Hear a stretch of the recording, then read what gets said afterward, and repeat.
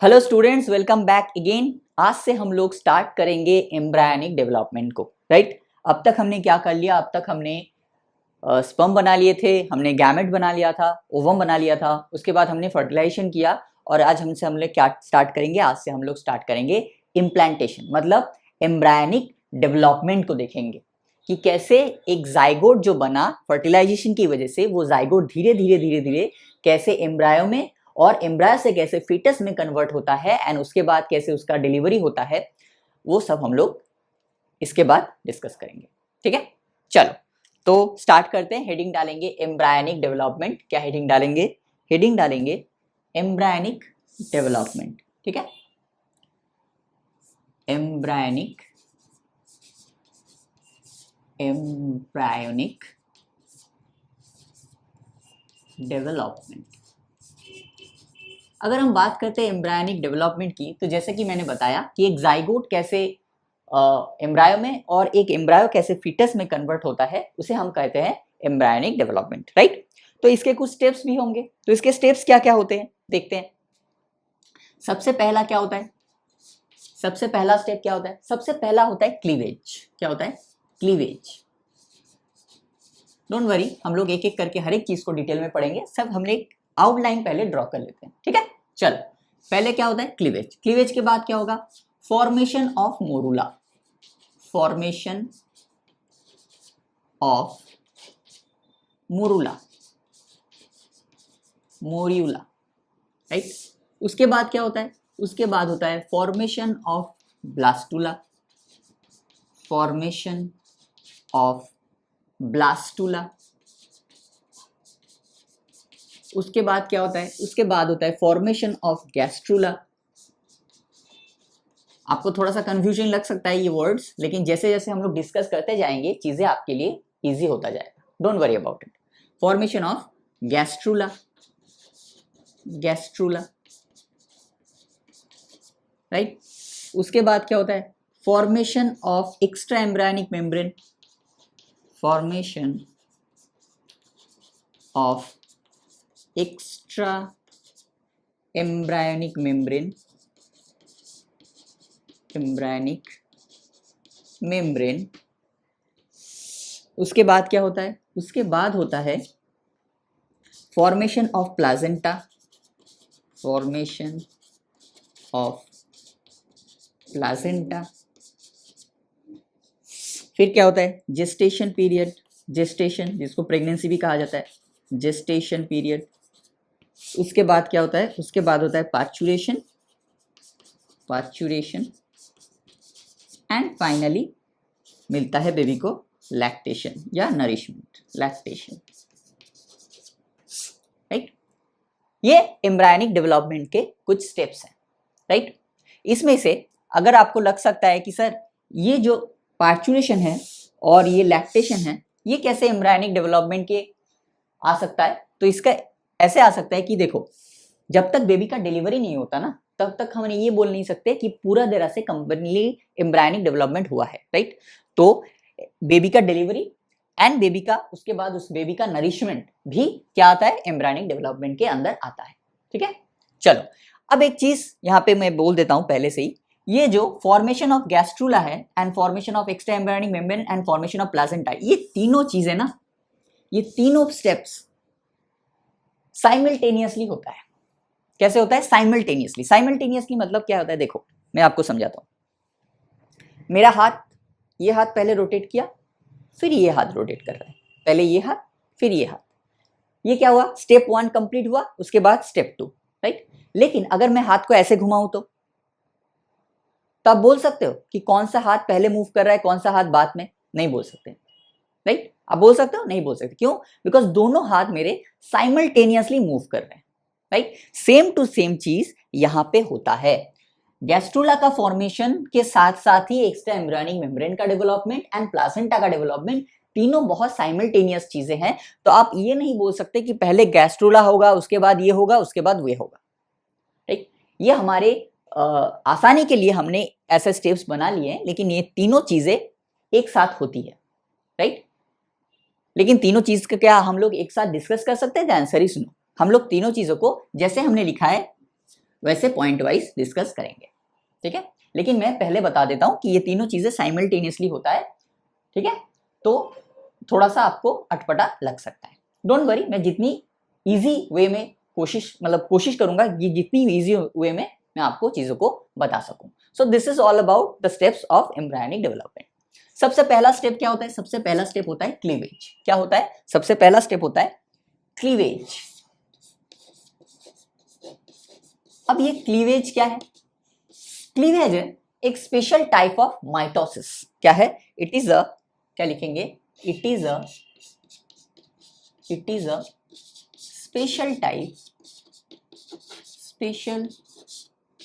Type of mitosis. ये क्या है? ये माइटोसिस ही है।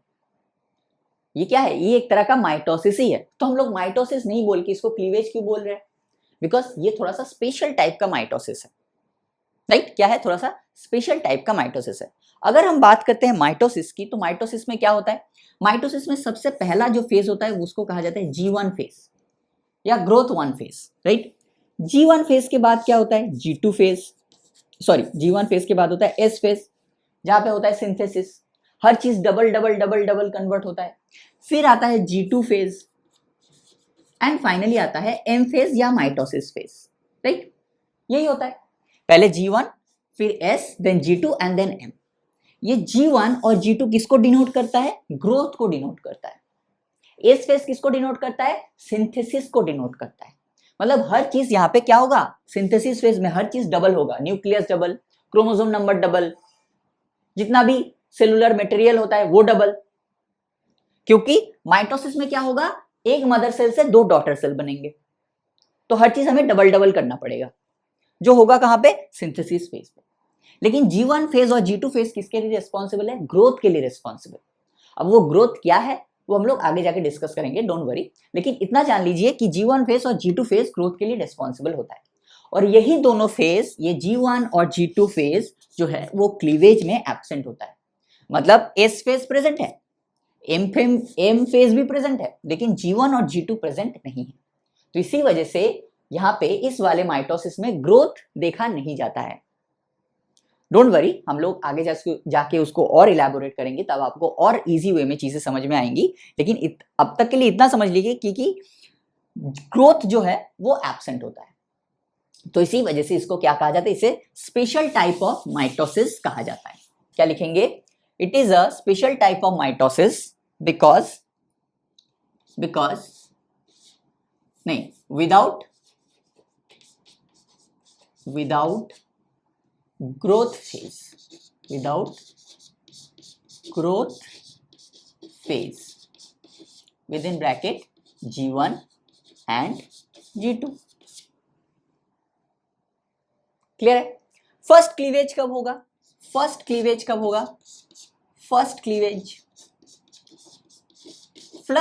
अगर हम ह्यूमन की बात करें तो फर्स्ट क्लीवेज कब होता है? 30 आवर आफ्टर फर्टिलाइजेशन होने के 30 घंटे बाद पहला क्लीवेज होता है, ठीक है? First cleavage 30 hours after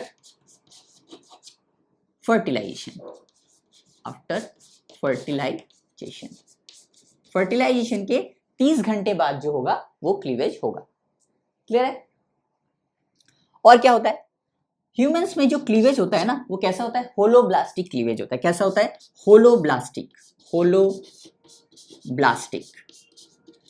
holoblastic cleavage का मतलब क्या होता है कि पूरा का पूरा साइटोप्लाज्म ही क्लीवेज में पार्टिसिपेट करता है। इसका मतलब है, मान लो कि ये एक सेल, राइट, और ये पूरा साइटोप्लाज्म है सेल के अंदर। अगर मान लो सिर्फ इतना पोर्शन क्लीवेज में पार्टिसिपेट करे, मतलब ऐसे क्लीवेज होगा, तो क्या उसे हम लोग होलोब्लास्टिक बोलेंगे? नहीं, क्योंकि सिर्फ और सिर्फ इतना पार्ट पार्टिसिपेट कर रहा है, बाकी ये जो पार्ट है ये पार्टिसिपेट नहीं करता है। लेकिन अगर हम ऐसे क्लीवेज करते हैं तो देखो ये पोर्शन साइटोप्लाज्म भी है, ये वाला पोर्शन भी क्लीवेज में पार्टिसिपेट कर रहा है। देखो ये मैंने 2D में ड्रॉ किया है तो आपको थोड़ा सा डिफिकल्ट हो सकता है, मैं 3D में समझाने की कोशिश करता हूँ। मान लो ये एक बॉल है, अगर मैं सिर्फ और सिर्फ ये वाला पोर्शन ऐसे काट दूं, क्लीवेज कर दूं, तो क्या पूरा का पूरा साइटोप्लाज्म क्लीवेज में पार्टिसिपेट किया? The answer is no. लेकिन ये पूरा का पूरा जो सेल है, अगर क्लीवेज लाइन इस पूरे के पूरे सेल को अगर डिवाइड कर रहा है तो उसको हम लोग बोलेंगे होलोब्लास्टिक क्लीवेज, राइट। तो यहाँ पे क्या होता है, पूरा का पूरा सेल का डिवीजन होता है, that is why it is called holoblastic cleavage. कैसा होता है? Holoblastic and alecithal cleavage. तो होलोब्लास्टिक का मतलब समझ में आ गया कि पूरा का जो क्लीवेज लाइन होगा वो पूरे के पूरे साइटोप्लाज्म को या पूरे के पूरे सेल को दो इक्वल हार्ट में डिवाइड करेगा। क्लियर है? ग्रेट। और कैसा होता है? और होता है alecithal. Alecithal, holoblastic and alecithal cleavage, and alecithal cleavage. अब बोलोगे सर होलोब्लास्टिक का तो मतलब समझ में आ गया, ये अलेसिथल का मतलब क्या होता है? तो देखो, क्लीवेज डिपेंड करता है डिस्ट्रीब्यूशन ऑफ योक के ऊपर एंड अमाउंट ऑफ योक के ऊपर, right. Distribution of yolk and amount of yolk, right. मतलब कितने अमाउंट में योक प्रेजेंट है, मतलब माइक्रोलेसिथल है मतलब थोड़ा सा कम योक है, या मैक्रोलेसिथल है मतलब बहुत सारा योक है, या नॉर्मल योक है। अगर माइक्रोलेसिथल है तो कैसा है, क्या वो सेंटर में प्रेजेंट है, क्या वो एक कॉर्नर में प्रेजेंट है, या पूरे के पूरे साइटोप्लाज्म में इक्वली डिवाइडेड है, उसके ऊपर डिपेंड करता है क्लीवेज। तो ह्यूमन में क्या होता है, ह्यूमन में योक जो है वो प्रेजेंट नहीं होता है। कभी कभी बच्चे क्या करते हैं, कभी कभी बच्चे योक और साइटोप्लाज्म को एक समझ लेते हैं। जैसे ही हमारे दिमाग में आता है योक, हम लोग साइटोप्लाज्म समझ लेते हैं। क्या योक और साइटोप्लाज्म सेम है? The answer is no. Yolk क्या है? देखो, योक क्या है? Yolk basically reserve food material है। क्या है? रिजर्व फूड, लिख लो, reserved food present in cytoplasm, present in cytoplasm, present in cytoplasm. Yolk क्या होता है? योक और साइटोप्लाज्म सेम नहीं है। योक अलग चीज है, साइटोप्लाज्म अलग चीज है। योक कहां प्रेजेंट होता है? योक प्रेजेंट होता है साइटोप्लाज्म के अंदर। योक क्या है? It is a type of reserve food material present in cytoplasm. तो ह्यूमन में जो होता है, ह्यूमन में योक प्रेजेंट नहीं होता है। तो हमने क्या कहा कि क्लीवेज किसके ऊपर डिपेंड करता है? अमाउंट ऑफ योक के ऊपर एंड डिस्ट्रीब्यूशन ऑफ योक के ऊपर। तो योक का डिस्ट्रीब्यूशन तो तब होगा ना जब योक प्रेजेंट होगा। अब ह्यूमन में योक होता ही नहीं है तो डिस्ट्रीब्यूशन कहां से होगा? तो इसका मतलब है क्लीवेज कैसा होगा? अमाउंट ऑफ योक के ऊपर, और अमाउंट ऑफ योक क्या होता है ह्यूमन में? 0। तो इसी वजह से अलेसिथल क्लीवेज होता है। आ मतलब एब्सेंस ऑफ योक।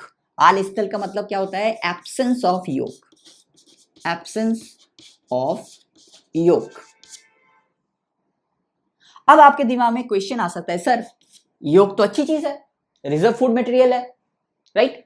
और अगर जाइगोट से एम्ब्रायो बनना है तो ऑब्वियस सी बात है कि बहुत सारा एनर्जी चाहिए। तो ये तो अच्छा बात है कि रिजर्व फूड मटेरियल है, इसी रिजर्व फूड मटेरियल से उसे क्या मिल जाएगा? उसे एनर्जी मिल जाएगी जाइगोट को, ताकि वो ग्रो कर सके। तो क्यों योक प्रेजेंट नहीं होता है? तो ह्यूमन के केस में क्या होता है? ह्यूमन के केस में बेसिकली हम जो न्यूट्रिशन मिलता है एम्ब्रायो को, ग्रोइंग डेवलपिंग एम्ब्रायो को जो न्यूट्रिशन मिलता है वो एंडोमेट्रियम से मिलता है। याद करो, जब मैंने पढ़ाया था आपको oogenesis, तो मैंने क्या कहा था कि प्रोजेस्टेरोन क्या करता है? एंडोमेट्रियम को सेक्रेटरी बनाता है, और सेक्रेटरी बनाने से क्या होता है? बहुत सारा न्यूट्रिशन निकलता है। वो न्यूट्रिशन किसके लिए निकलता है? वो न्यूट्रिशन निकलता है ग्रोइंग एम्ब्रायो के लिए।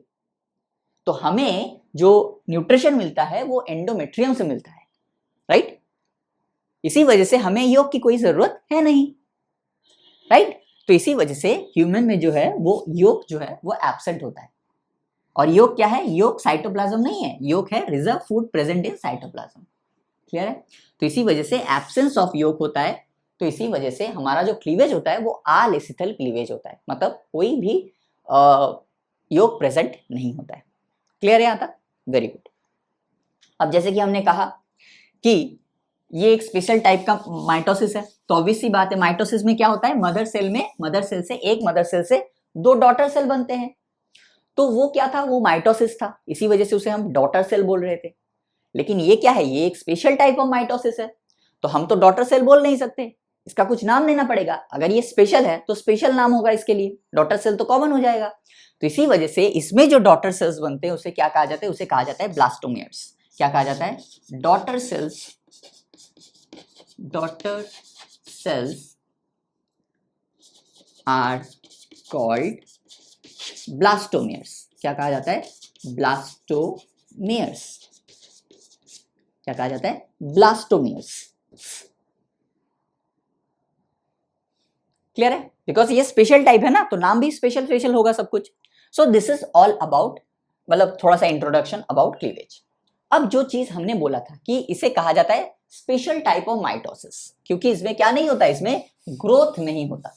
अब उस चीज को हम लोग थोड़ा सा डायग्राम के थ्रू समझने की कोशिश करेंगे। ठीक है, क्या करेंगे, डायग्राम के थ्रू थोड़ा सा हम चीजों को समझने की कोशिश करेंगे।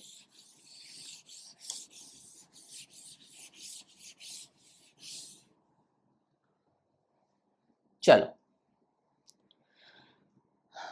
देखो क्या होता है, माइटोसिस जैसा ही होगा। ये देखो, ये क्या है, ये है जाइगोट।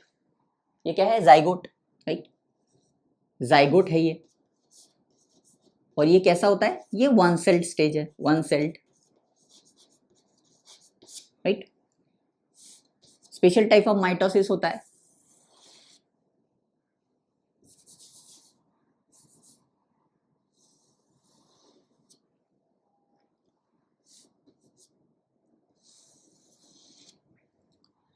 वन सेल्ड, उससे क्या होगा, two celled stage, this is two celled stage, and this is four sailed stage, 1 2 3 sorry 1 2 3 4। चलो इसको ऐसे मिटा देते हैं।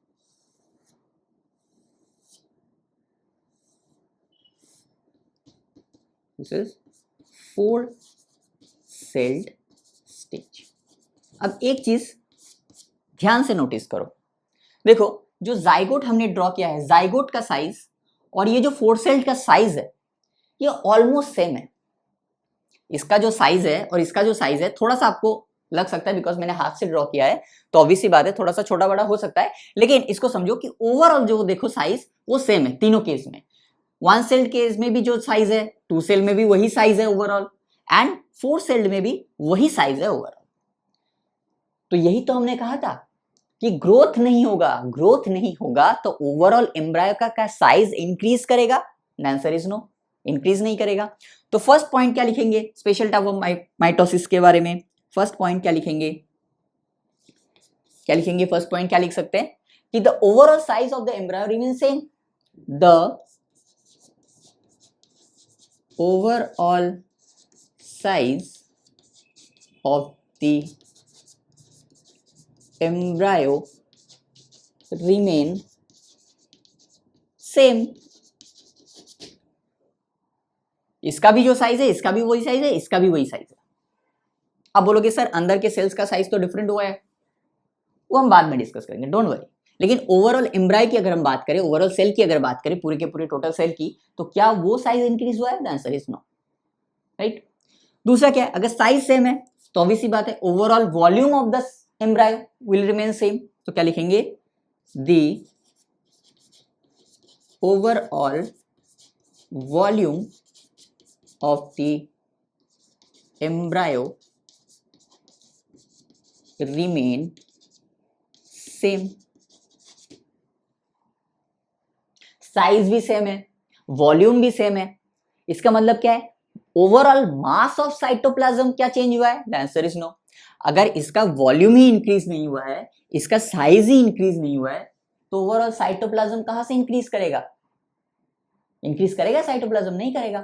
बिकॉज अगर साइटोप्लाज्म इंक्रीज कर गया तो क्या होगा, सेल का साइज बड़ा हो जाएगा, वॉल्यूम इंक्रीज कर जाएगा, तो overall mass of cytoplasm remain same.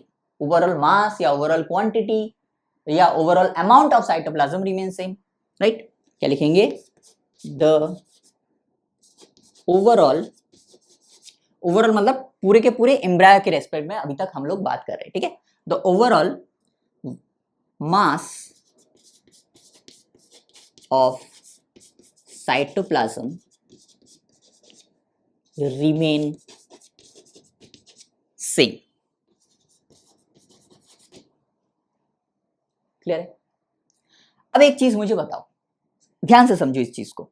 देखो, अगर आप गौर से नोटिस करोगे तो पहले ये जो सेल था, ये बड़ा था, फिर ये जो दो सेल्स है ये थोड़ा सा इसके कंपैरिजन में, ये दो जो ब्लास्टोमेयर्स है ये थोड़ा सा छोटे हुए।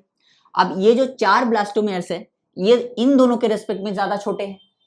तो आप एक चीज नोटिस कर सकते हैं इससे कि हर एक स्टेप में जो ब्लास्टोमेयर का साइज है वो कंटिन्यूअसली डिक्रीज कर रहा है। देखो, मैंने क्या कहा कि overall size remain same, overall volume remain same, overall cytoplasm remain same. इसका मतलब क्या है, मान लो ये एक बॉक्स है, बॉक्स मतलब एक प्लेट है, राइट। पहले मुझसे बोला गया कि इसी प्लेट के अंदर आपको 5 बॉल डालने हैं, तो मैं क्या करूंगा, 5 बड़े बड़े साइज के बॉल डाल दूंगा, 1 2 3 4 5 डाल दिया। अब मुझसे बोला जा रहा है कि इसी बॉक्स में आपको 10 बॉल फिट करने हैं। क्या करना है, 10 बॉल आपको फिट करने हैं, राइट। तो अब मुझे क्या करना पड़ा, 10 बॉल फिट करना है, तो 1 2 3 4 5 6 7 8 9 10। तो मुझे क्या करना पड़ा, बॉल का जो साइज है वो छोटा करना पड़ा। अब मुझे कहा जा रहा है कि इसी बॉक्स में आपको 20 बॉल्स फिट करने, 20। तो क्या करना पड़ेगा, मुझे बॉल्स का जो साइज है वो और छोटा करना पड़ेगा, राइट। क्या करना पड़ेगा, और छोटा करना पड़ेगा, बिकॉज 20 बॉल मुझे फिट करने हैं। 1 2 3 4 5 6 7 8 9 10 11 12 13 14 15 16 17 18 19 20। तो सेम टू सेम चीज यहां पे भी हो रहा है कि पहले ऐसा एक प्लेट था जिसके अंदर एक ही सेल था, एक ही बॉल था। अब मुझे बोला गया 2 बॉल कर दो, तो क्या मुझे बॉल का साइज छोटा करना पड़ेगा। अब मुझे बोला गया 4 बॉल फिट कर दो इसमें, तो मुझे बॉल का साइज और छोटा करना पड़ेगा। अब मुझे बोला जाएगा 8 बॉल फिट कर दो इसमें, तो मुझे बॉल का साइज और छोटा करना पड़ेगा, क्योंकि साइज तो सेम है, साइटोप्लाज्म भी सेम है, राइट। तो क्या हुआ कि मुझे हर एक स्टेप में बॉल का जो साइज है या ब्लास्टोमेयर का जो साइज है उसे मुझे डिक्रीज करना पड़ेगा, क्योंकि ओवरऑल साइज मुझे सेम रखना है, राइट। तो क्या लिखेंगे, the size of the blastomere, the size of the blastomere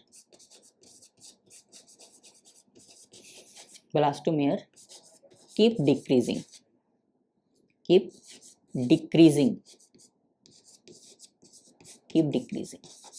ये सारे के सारे पॉइंट्स बहुत इंपॉर्टेंट है। आपको अब लग सकता है कि ये बहुत इजी है सर, लेकिन ये सारे के सारे पॉइंट से आपको स्टेटमेंट बेस्ड क्वेश्चन पूछे जाएंगे। Which of the following statement is correct और incorrect with respect to cleavage, आपको पूछा जाएगा। क्लियर है? तो ये हो गया। अब क्या होगा, लेकिन हमने क्या पढ़ा था कि G1 G2 नहीं होगा, लेकिन एस फेज तो होगा। मतलब डीएनए का जो नंबर है वो हर स्टेप में डबल होगा।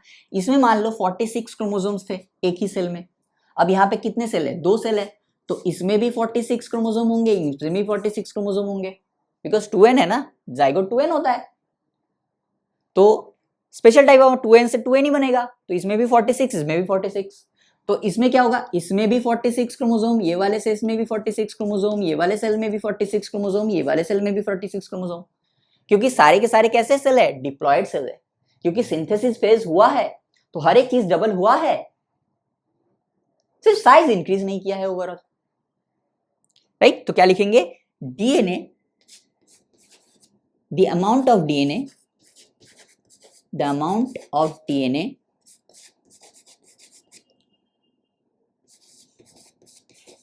becomes double in every step, the overall amount of DNA, इसमें 46 थे, देखो डबल हो गए, 46 ये 46 का डबल हो गया, ये वाला 46 का डबल हो गया। तो हर एक स्टेप में क्या हो रहा है, डीएनए अमाउंट जो है डबल हो रहा है with respect to the overall cell. अगर इंडिविजुअल सेल की बात करें वो डबल नहीं हो रहा है, इसका मतलब ये मत समझ लेना कि 46 है तो इसका 92 हो जाएगा, नहीं। ओवरऑल एम्ब्रायो का जो डीएनए अमाउंट है वो डबल हो रहा है। क्यों डबल हो रहा है, बिकॉज सेल्स इंक्रीज कर रहे हैं और सिंथेसिस फेज तो हुआ है, क्लियर है। और एक चीज जो होता है कि जब ये पूरा का प्रोसेस चलता है ना, पूरा का पूरा जो क्लीवेज प्रोसेस चलता है, throughout the cleavage process zona layer और कोरोना लेयर दोनों इंटैक्ट रहते हैं, both zona and corona layer remain intact. क्या लिखेंगे, पॉइंट नंबर 6 लिखेंगे, both zona and corona layer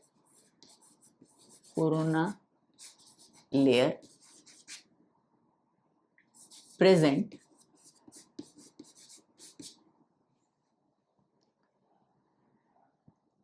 layers present। मैंने क्या कहा था कि पूरी तरह से zona layer and corona layer degrade नहीं हो जाता है, तो इसी वजह से जोना और कोरोना लेयर दोनों अभी भी रह जाएंगे, ठीक है। कब वो डिटैच होंगे मैं बता दूंगा, डोंट वरी, उसकी कोई टेंशन नहीं है। So this is all about cleavage, right, this is all about cleavage. अब देखो क्लीवेज, आपको ये क्वेश्चन आ सकता है कि सर कि यहाँ पे स्पेशल माइटोसिस का क्या जरूरत था, राइट, क्या जरूरत थी मुझे स्पेशल माइटोसिस करने की, या हमें स्पेशल माइटोसिस की यहाँ पे नीड क्या थी। अगर हम लोग डीएनए अमाउंट को डबल कर रहे हैं या सेल की मतलब cell number of cells increase कर रहे हैं, तो साइज से क्या ही फर्क पड़ता है, कोई फर्क पड़ता है, बहुत बड़ा फर्क पड़ता है। फर्क क्या पड़ता है, ये जो पूरा का पूरा क्लीवेज प्रोसेस चलता है ना, अप टू 16 सेल तक, अप टू 16 सेल तक, मतलब 8 cell stage and 16 cell stage को हम लोग मोरुला का नाम देंगे, लेकिन क्लीवेज तो तब भी चल रहा है। तो through out the cleavage process जो चलता है ना, अप टू मोरुला तक, मतलब अप टू 16 सेल तक, वो कहाँ चलता है, वो ये फैलोपियन ट्यूब के अंदर चलता है। कहाँ चलता है, इस फैलोपियन ट्यूब के अंदर चलता है। और हमने क्या पढ़ा था कि ये जो इस्थमस वाला पार्ट होता है ये बहुत नैरो होता है। क्या होता है, बहुत नैरो होता है, बहुत पतला होता है। तो अगर मान लो यहाँ पे 2 सेल स्टेज है, राइट, यहाँ पे क्या है, ये 1 सेल स्टेज, तो 2 सेल स्टेज में थोड़ा सा बड़ा हो जाएगा, फिर 4 सेल स्टेज में और बड़ा हो जाएगा, फिर 8 सेल स्टेज में और ज्यादा बड़ा हो जाएगा, फिर 16 सेल स्टेज में और ज्यादा बड़ा हो जाएगा। तो अगर हर एक स्टेज में अगर एम्ब्रायो का साइज इंक्रीज कर रहेगा तो क्या होगा, ये जो फैलोपियन ट्यूब का जो ये वाला पार्ट है, इस्थमस वाला पार्ट है, वो फट जाएगा, राइट, वो क्या हो जाएगा, वो फट जाएगा, राइट। ये जो अंदर के ये जो एम्ब्रायो के अंदर जो सेल्स है वो क्या करेंगे, प्रेशर एक्सर्ट करेंगे, तो तब क्या हो जाएगा, वो फट जाएगा। तो इसी वजह से यहाँ पे क्या किया जाता है, यहाँ पे जो ओवरऑल साइज है उसे कांस्टेंट रखा जाता है। समझ में आया जो मैंने बोलने की कोशिश किया। मैंने क्या कहा कि अगर ये 1 सेल्ड है, अगर हम साइज को इंक्रीज करते हैं तो क्या होगा, फिर 2 सेल में थोड़ा सा साइज बड़ा हो जाएगा, फिर 4 में और बड़ा, फिर 8 में और बड़ा, फिर 16 में और बड़ा हो जाएगा। तो क्या हो जाएगा, ये पोर्शन बहुत नैरो होता है, इतना मोटा मैंने ड्रॉ किया, इतना मोटा भी नहीं होता है, सिर्फ इसी के साइज का होता है, इतना ही साइज का होता है, इतना छोटा साइज का होता है। तो ये 4 सेल्ड स्टेज आते आते ये फटना स्टार्ट हो जाएगा, ठीक है। तो इसी वजह से क्या होता है, इसी वजह से यहाँ पे क्या किया जाता है, यहाँ पे जो ओवरऑल साइज है उसे सेम रखा जाता है, ताकि ये जो पार्ट है इस पार्ट को कोई डैमेज ना पहुंचे। समझ में आया। हालांकि ये वाला पार्ट आपके एग्जाम में नहीं पूछे जाएंगे, लेकिन आपको ये क्वेश्चन आ सकता है दिमाग में कि सर ऐसा क्या हुआ, अगर हम लोग डीएनए नंबर को डबल कर रहे हैं, अगर हम लोग सेल नंबर को इंक्रीज कर रहे हैं, तो साइज से क्या ही लेना देना। तो साइज से यही लेना देना है, अगर साइज कंटिन्यूसली इंक्रीज करेगा तो अप टू 16 सेल्ड स्टेज तक जो प्रोसेस होता है वो होता है फैलोपियन ट्यूब के इस्थमस में, और इस्थमस होता है बहुत नैरो। तो अगर हर एक स्टेज में साइज इंक्रीज करेगा तो वो एक्सर्ट करेगा प्रेशर, और उसकी वजह से क्या होगा, फैलोपियन ट्यूब जो है, मतलब इस्थमस वाला जो पार्ट है वो फट जाएगा। तो इसी वजह से क्या होता है, इसी वजह से साइज को सेम रखा जाता है। So this is all about cleavage, this is all about the basic up to 4 celled stage, ठीक है। अब हम लोग क्या लिखेंगे, अब हम लोग लिखेंगे मोरुला। क्यों मोरुला लिख रहे हैं, क्या मोरुला में क्लीवेज नहीं हो रहा है, हाँ मोरुला में भी क्लीवेज हो रहा है। क्या मोरुला के बाद क्लीवेज नहीं होता है, हाँ मोरुला के बाद भी क्लीवेज होता है, लेकिन 8 सेल स्टेज और 16 सेल स्टेज को हम लोग मोरुला कहते हैं, इसी वजह से फॉर्मेशन ऑफ मोरुला लिखेंगे, ठीक है। ये इनिशियल फेज ऑफ क्लीवेज था, ठीक है। तो क्या लिखेंगे, step 2 formation of morula, step 2 क्या हो जाएगा, formation of morula, formation of morula मैं धीरे धीरे इसको आगे ले जा रहा हूँ ताकि आपको चीजें धीरे धीरे समझ में आए, बिकॉज थोड़ा सा कॉम्प्लिकेटेड चीज है, ठीक है। जैसे जैसे आगे बढ़ते जाएंगे और कॉम्प्लिकेटेड होता जाएगा, तो मैं चाहता हूँ कि जितना आराम आराम से आप चीजों को समझो उतना ही बेहतर समझोगे, ठीक है। चलो, मोरूला का फॉर्मेशन कैसे होगा? मोरूला क्या कहा जाता है? इट इज अ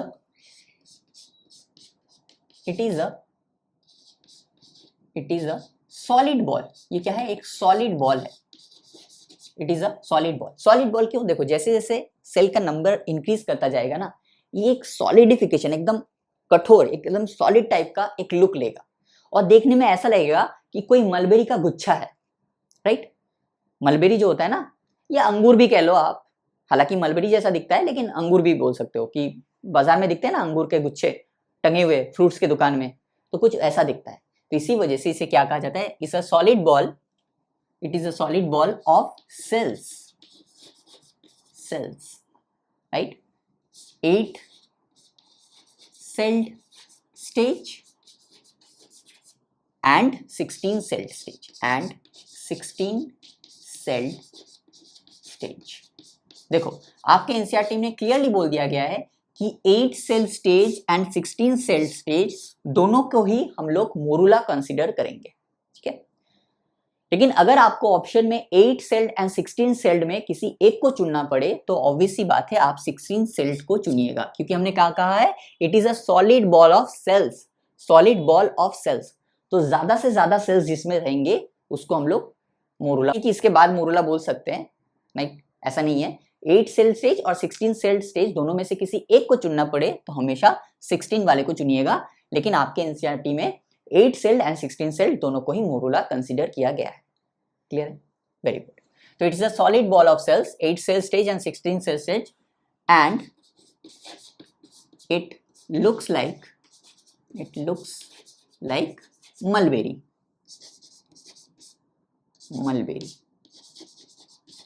कैसे दिखता है? ये मलबेरी की तरह, मलबेरी के एक गुच्छे की तरह दिखता है। आप अंगूर भी एज्यूम कर सकते हो, कोई फर्क नहीं पड़ता।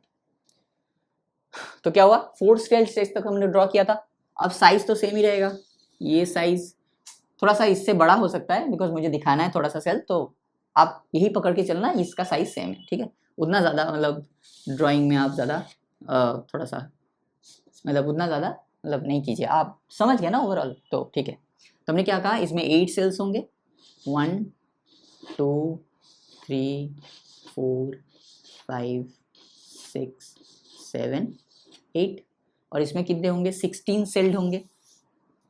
इसका साइज भी ओवरऑल मुझे सेम ही रखना है। इसमें कितने सेल्स होंगे? 16 सेल्स। तो this is 8 sailed stage and this is 16 sailed stage. देखो अब मुझे क्या करना पड़ेगा? ऑब्वियसली बात है, मुझे ब्लास्टोमेरियास का साइज जो है वो डिक्रीज करना पड़ेगा। 1 2 3 4 5 6 7 8 9 10 12 13 14 15 16, राइट। हालांकि ऐसा नहीं होता है, एक कॉम्पैक्ट सेल जैसा होता है, लेकिन आप समझ सकते हो। अब एनसीईआरटी का डायग्राम देख लेना तो आपको और ज्यादा डिटेल में समझ में आ जाएगा। मैंने दूर दूर ऐसे लिए इसलिए ड्रॉ किया है ताकि कैमरा में चीजें दिख जाए, क्योंकि बोर्ड वर्क में ना कुछ चीजें जो तुम मतलब मैं चौक से ड्रॉ करता हूँ थोड़ा बहुत दिक्कत हो सकता है, तो इसी वजह से मैंने दूर दूर ड्रॉ किया। हालांकि ये एक कॉम्पैक्ट मास जैसा दिखता है, मतलब कुछ ऐसा दिखता है।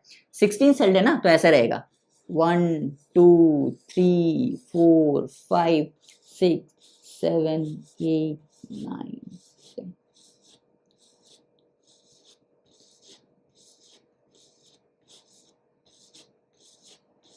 ऐसे एकदम कॉम्पैक्ट मास की तरह रहेगा। इसी मतलब मैंने थोड़ा सा ऐसे ड्रॉ किया है, ठीक है, तो आप समझ सकते हो आई होप। तो ओवरऑल कॉन्सेप्ट सेम है। तो 8 cell stage and 16 cell stage को हम लोग क्या कहेंगे? इसको हम लोग कहेंगे मोरूला, राइट। अब 16 सेल्ड स्टेज तक क्या होता है? सब कुछ होता है फैलोपियन ट्यूब के अंदर। अब 16 सेल स्टेज के बाद ये क्या करता है? धीरे धीरे मूव करता है किसकी तरफ? यूटेरस की तरफ, राइट। तो क्या लिखेंगे? After 16 sailed stage, after 16 celled stage, it slowly move slowly moves towards the uterus slowly move towards the uterus, right? At this time, within bracket लिखेंगे at this time corona layer gets detached. इसी time क्या होता है, जो corona layer है इसी time वो detach कर जाता है, लेकिन जोना लेयर अभी भी है। तो अगर पूछा जाए कि कोरोना लेयर कब डिटैच करता है, तो आफ्टर 16 सेल्ड स्टेज, जब मोरुला क्या करता है, धीरे धीरे यूटेरस की तरफ बढ़ता है, तो क्या होता है, कोरोना लेयर जो है वो डिटैच कर जाता है। क्लियर है? मैंने क्या कहा था कि पूरी तरह से कोरोना जोना लेयर डिग्रेड नहीं होता है।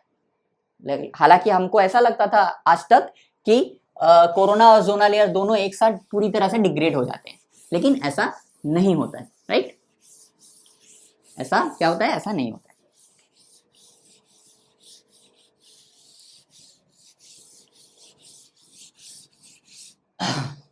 ठीक है, चलो इसके बाद क्या लिखेंगे, फॉर्मेशन ऑफ ब्लास्टुला। क्या लिखेंगे, फॉर्मेशन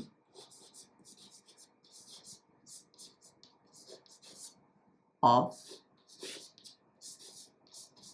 ब्लास्टुला और ब्लास्टोसिस्ट। इसे क्या कहा जाता है, इसे कहा जाता है ब्लास्टुलेशन। क्या कहा जाता है, blastulation.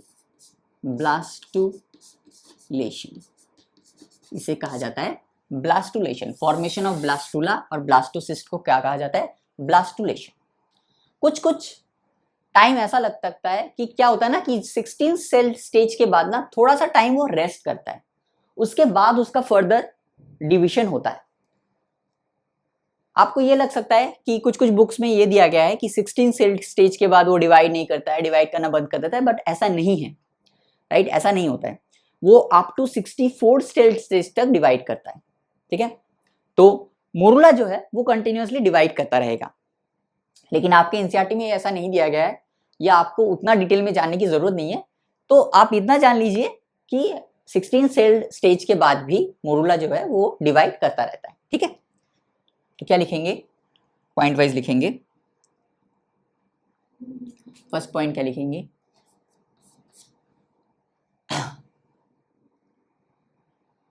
Morula keep dividing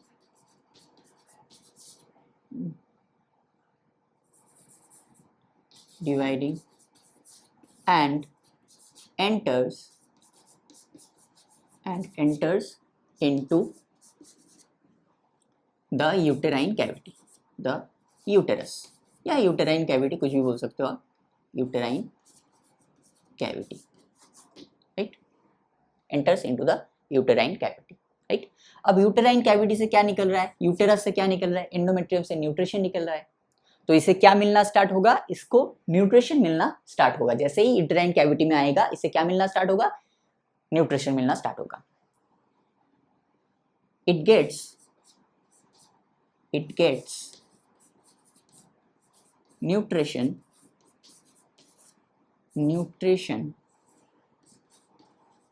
from the endometrium,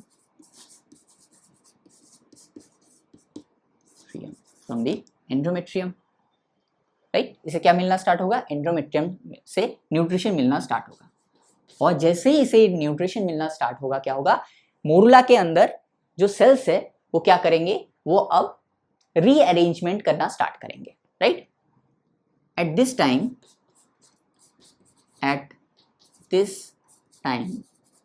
cells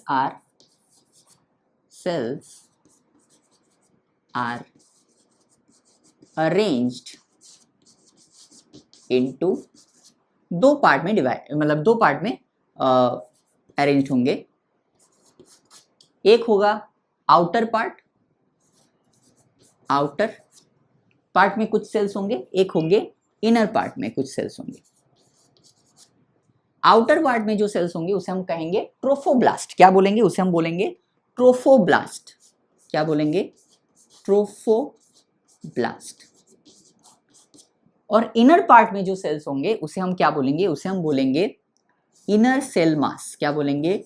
inner cell मास।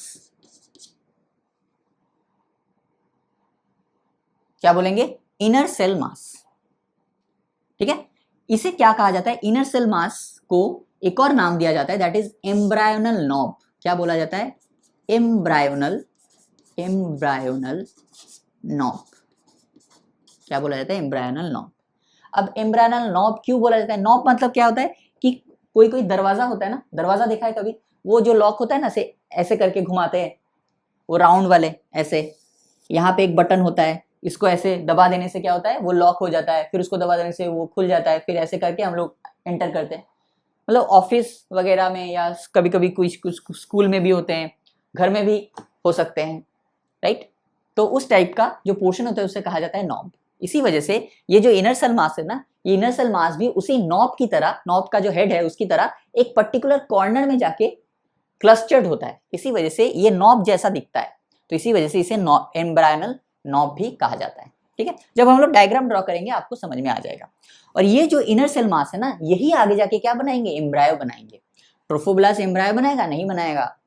यही आगे जाके क्या बनाएंगे? एम्ब्रायो बनाएंगे। तो क्या लिखेंगे? Inner cell mass precursor of embryo. Precursor of future embryo.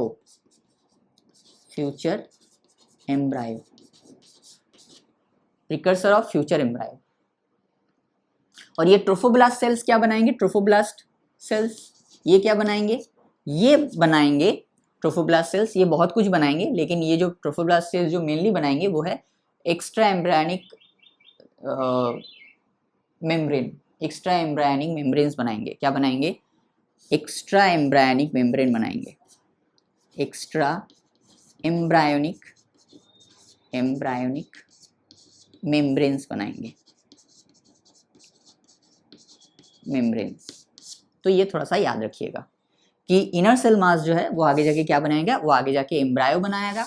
और ये जो ट्रोफोब्लास्ट के सेल्स है ये बहुत कुछ बनाएंगे, एक्स्ट्रा एम्ब्रायोनिक मेसोडर्म भी बनाएंगे, लेकिन ये जो मेन जो चीज बनाएंगे वो है एक्स्ट्रा एम्ब्रायोनिक मेम्ब्रेन्स, जिसके अंदर आता है एमनियन, कोरियन, एलाइंटोइस, वेओक्सैक। ये सारे के सारे कहाँ से बनेंगे? यही ट्रोफोब्लास्ट सेल्स से बनेंगे, जो हम लोग बाद में जाके डिस्कस करेंगे। डोंट वरी, अभी बस आप लिख लीजिए, बाद में आपको समझ में आ जाएगा। सो this is all about the outer and this is all about the inner.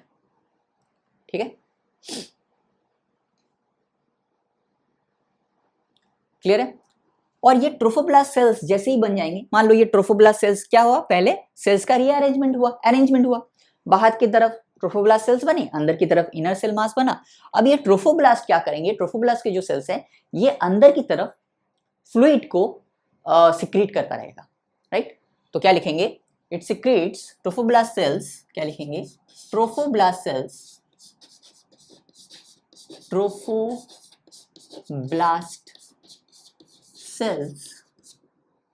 secrete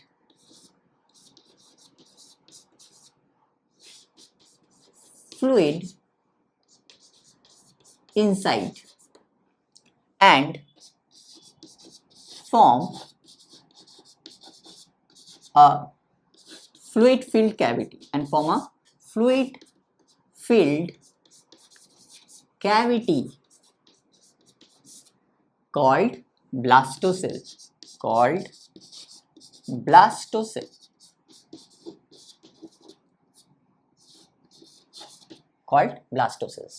right? क्या बनाएंगे? एक फ्लूइड फिल्ड कैविटी बनाएंगे जिसको हम लोग बोलेंगे ब्लास्टोसेल।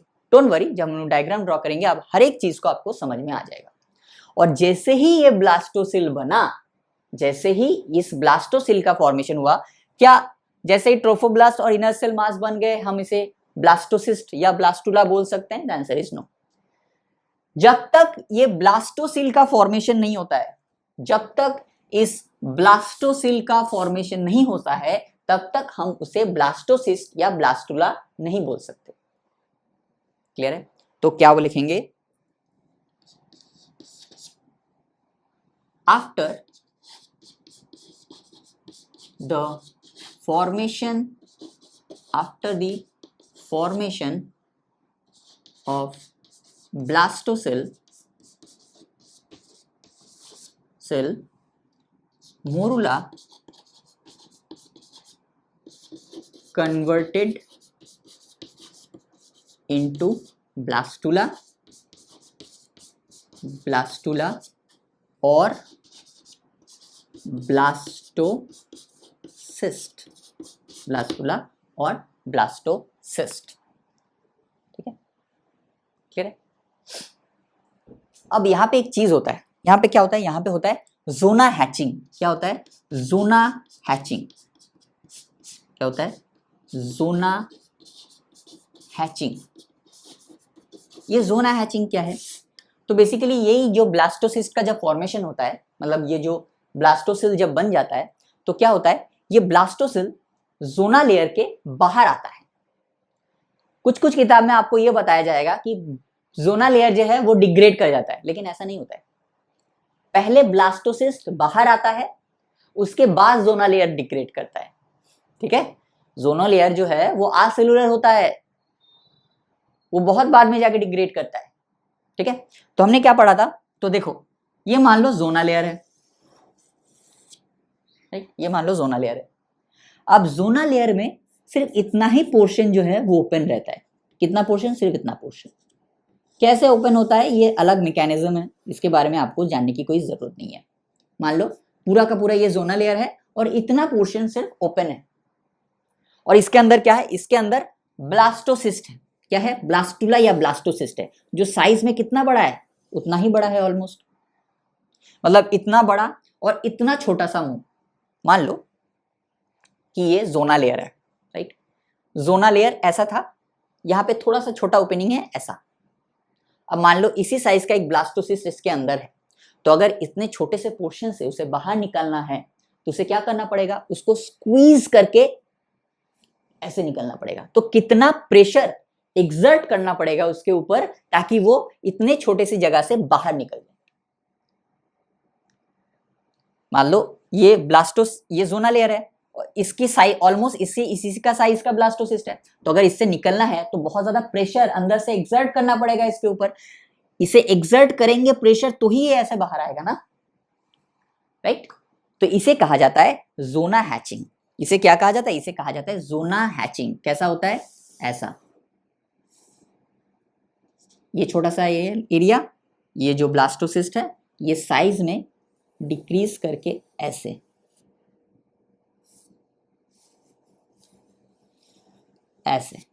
इसको स्क्वीज करके प्रेशर एक्सर्ट करके ऐसे प्रेशर एक्सर्ट करके इसे क्या किया जाता है? इसे बाहर निकाला जाता है। बहुत ज्यादा प्रेशर एक्सर्ट करके इसके बाहर निकाला जाता है।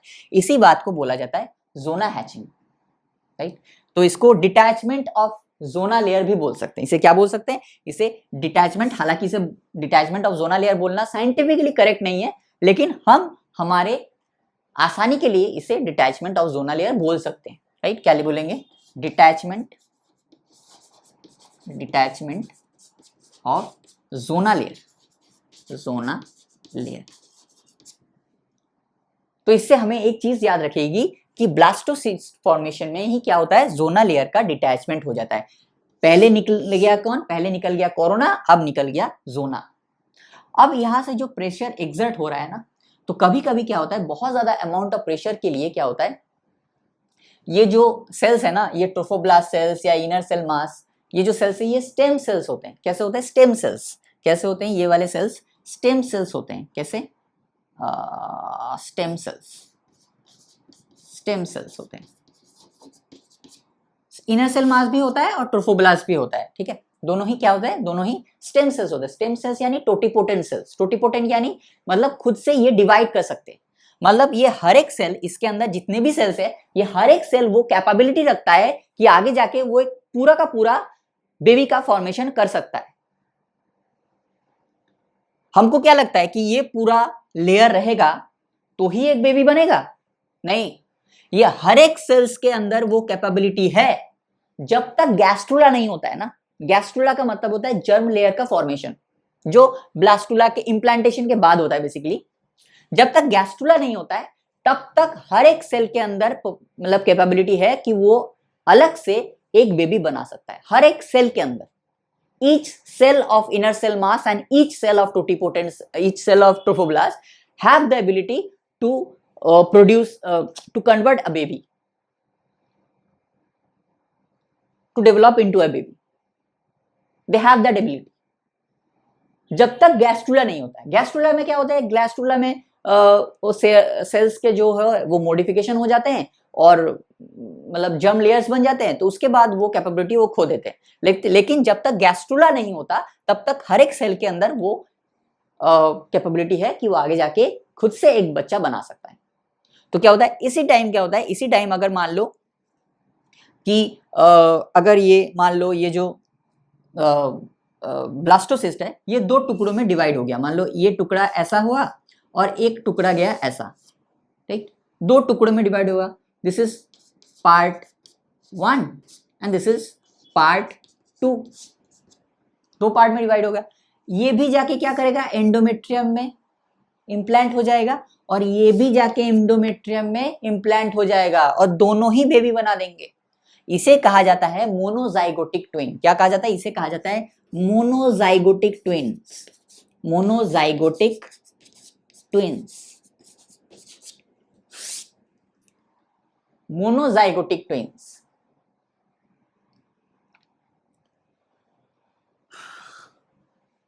ठीक है, मोनोजाइगोटिक ट्विन्स। जब ये एक्सर्ट कर रहा है प्रेशर तो क्या हो सकता है, ये ब्लास्टुला जो है टूट जाता है। और जैसे कि मैंने कहा हर एक ब्लास्टुला के अंदर कैपेबिलिटी है और इसके अंदर इतने सारे सेल्स है, इतने सारे सेल्स है। ये जाके एंडोमेट्रियम में इम्प्लांट करेगा, ये भी जाके एंडोमेट्रियम में इम्प्लांट करेगा, इससे भी एक बेबी बनेगा, इससे भी एक बेबी बनेगा। लेकिन दोनों बेबी कैसे होंगे, आइडेंटिकल बेबी होंगे। कैसे होंगे, आइडेंटिकल होंगे, जिसे हम लोग कहते हैं मोनोजाइगोटिक ट्विन्स। हम लोग अब तक क्या समझते थे कि एक जाइगोट होगा, वही जाइगोट डिवाइड करके दो ट्विन्स बना देंगे। नहीं होता है। यही जो ब्लास्टुला स्टेज होता है ना, जब ये ब्लास्टुला का जोना हैचिंग होता है, इसी टाइम क्या होता है, इस जोना हैचिंग में बहुत ज्यादा प्रेशर पड़ता है ब्लास्टुला के ऊपर, तभी ब्लास्टुला जो है वो टूटता है। और उसी टूटने की वजह से क्या होता है, उसी टूटने की वजह से मोनोजाइगोटिक ट्विन्स बनते हैं। क्लियर है। हालांकि आपसे पूछा नहीं जा सकता, लेकिन मुझे इंपॉर्टेंट लगा तो मैंने आपको बता दिया। तो यहाँ पे होता है जोना हैचिंग। ठीक है, तो एक बार हम लोग ब्लास्टुला का डायग्राम देख लेते हैं। आफ्टर जोना हैचिंग देखते हैं, जोना लेयर को हम लोग निकाल देते हैं। आफ्टर जोना हैचिंग ब्लास्टुला कैसा दिखेगा, राइट। जोना हैचिंग के बाद ब्लास्टुला हमारा कैसा दिखेगा। तो हमने क्या बताया कि आउटर सेल्स जो होंगे वो कैसे होंगे, वो ट्रोफोब्लास्ट सेल्स होंगे ऐसे। Outer cells are trophoblast sales.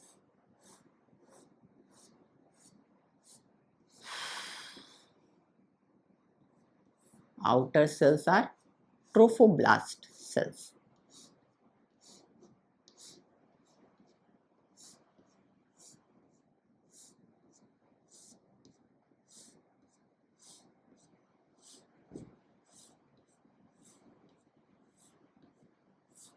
These are trophoblast cells. और इनर सेल मास एक नॉब जैसा होगा, जैसे कि हमने कहा ऐसा नॉब जैसा एक साइड में, एक कॉर्नर में ये प्रेजेंट होंगे ऐसे।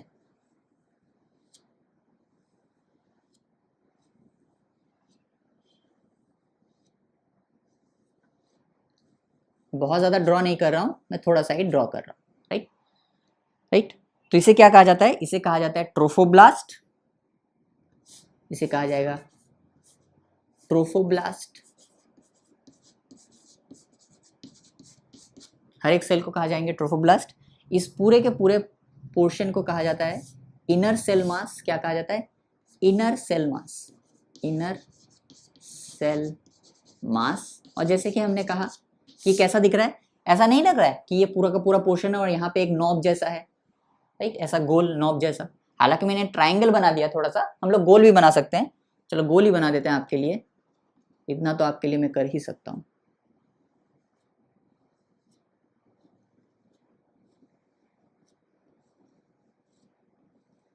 ऐसा नॉब जैसा। तो इसे कहा जाता है इनर सेल मास और इसे कहा जाता है या एम्ब्रायनल नॉब।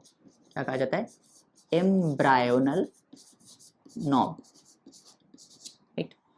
अब देखो यहाँ पे इस इनर सेल मास के साथ कुछ ट्रोफोब्लास्ट सेल्स इसके कनेक्ट में है। मान लो ये ट्रोफोब्लास्ट सेल है, राइट, ये क्या है, ये एक ट्रोफोब्लास्ट सेल है, राइट।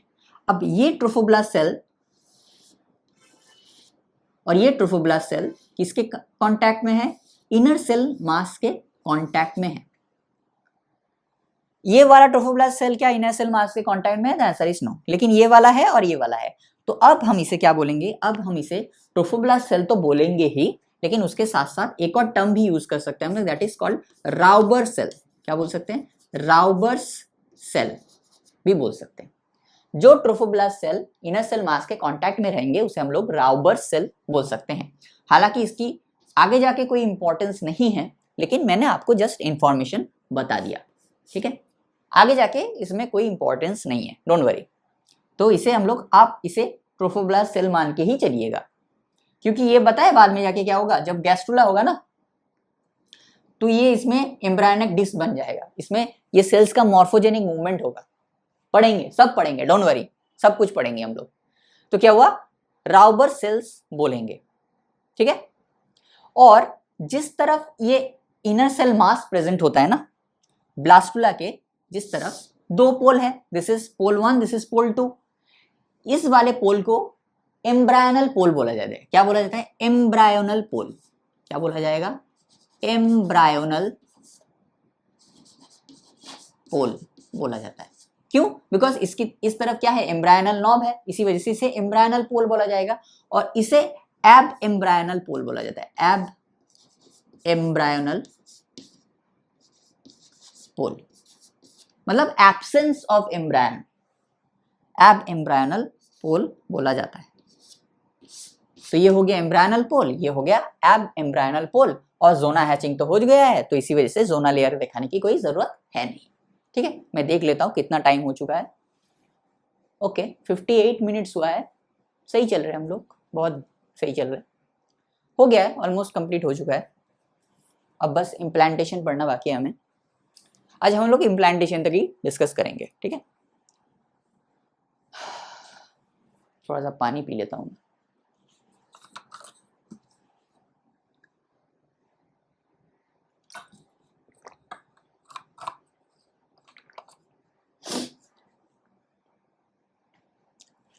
ठीक है, embryonal pole, abembryonal pole, Rauber cells, inner cell mass, trophoblast, बढ़िया है।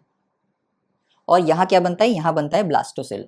ये जो फ्लूइड फिल्ड कैविटी है यहाँ पे, ये जो पूरा का पूरा जो फ्लूइड फिल्ड कैविटी है ना, यहाँ पे एक फ्लूइड फिल्ड कैविटी बनता है ऐसे, इसे कहा जाता है ब्लास्टोसेल। क्या कहा जाता है, ब्लास्टोसेल। जब तक ये ब्लास्टोसेल नहीं बनेगा इसे हम लोग ब्लास्टुला नहीं बोलेंगे, ब्लास्टोसेल बनने के बाद ही इसे हम लोग ब्लास्टुला बोल सकते हैं, ठीक है। So this is all about the formation of blastula और blastocyst, and this is all about the blastulation. अब ब्लास्टुलेशन हो जाने के बाद क्या होगा, ब्लास्टुलेशन हो जाने के बाद होगा इम्प्लांटेशन। इम्प्लांटेशन का मतलब क्या है, अटैचमेंट ऑफ, हालांकि अटैचमेंट नहीं, embedding the blastocyst in the endometrium of uterine wall is called implantation। तो अगर पूछा जाए कि इम्प्लांटेशन में कौन अटैच्ड होता है एंडोमेट्रियम के साथ, तो आंसर क्या होगा, ब्लास्टोसिस्ट, ठीक है। यही ब्लास्टोसिस्ट जो है ये जाके एंडोमेट्रियम के साथ अटैच्ड होता है, उसके एम्बेडेड होता है, मतलब अंदर, थोड़ा सा अंदर घुस जाता है, तो उसी को कहा जाता है इम्प्लांटेशन। क्या लिखेंगे, हेडिंग डालेंगे इम्प्लांटेशन। इम्प्लांटेशन को हम लोग डायग्राम के थ्रू समझेंगे, तो कहाँ लिख दूँ, क्या लिख देते, चलो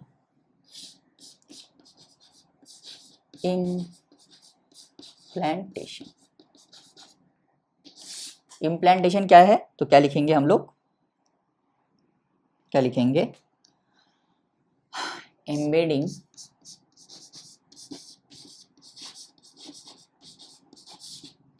the ब्लास्टोसिस्ट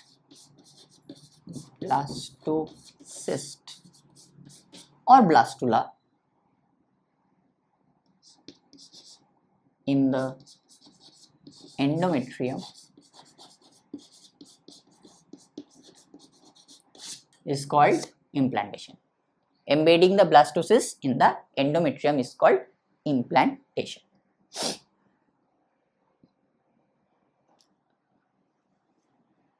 इम्प्लांटेशन समझाने के पहले नहीं, इम्प्लांटेशन के बाद ही बात करते हैं, चलो उसके बाद हम बात करेंगे। अभी उसको समझाने बैठूंगा तो आपको थोड़ा सा कंफ्यूज हो जाओगे आप। देखो एंडोमेट्रियम कैसा होता है, एंडोमेट्रियम कुछ ऐसा होता है। देखो ये वाला पोर्शन क्या है, ये है मायोमेट्रियम, ये क्या है, ये है मायोमेट्रियम, ठीक है। ये क्या है, मैं पेरीमेट्रियम को ड्रॉ नहीं कर रहा हूँ, ये क्या है, ये है मायोमेट्रियम। मायोमेट्रियम क्यों ड्रॉ किया इसको आपको बाद में जाके समझ में आएगा, अभी नहीं समझ में आएगा, बाद में आएगा। मायोमेट्रियम, मायोमेट्रियम के बाद एंडोमेट्रियम का दो हिस्सा होता है, ये थोड़ा सा होता है और इसके बाद थोड़ा सा ऐसा वाला हिस्सा होता है। जैसे क्या निकल रहा है, जहां से न्यूट्रिशन निकल रहा है। तो ये वाला पोर्शन जो है ये भी क्या है, मायोमेट्रियम का पार्ट है, और ये वाला पोर्शन जो हमने सेक्रेटरी बनाया है ये भी क्या है, ये भी मायोमेट्रियम का पार्ट है। तो यहां से लेके यहां तक क्या है, ये है एंडोमेट्रियम। क्या है, एंडोमेट्रियम, ठीक। मायोमेट्रियम ये वाला है, ये वाला भी एंडोमेट्रियम, ये वाला भी एंडोमेट्रियम, ये पूरा का पूरा एंडोमेट्रियम। अब कौन सा साइड अटैच्ड होता है एंडोमेट्रियम के साथ, तो एम्ब्रायनल पोल जो होता है वो आके अटैच्ड होता है, ठीक है। इसी वजह से मैंने एम्ब्रायनल पोल और एब एम्ब्रायनल पोल को समझाया। जो एम्ब्रायनल पोल होता है वो आके इस साइड के साथ अटैच्ड होता है।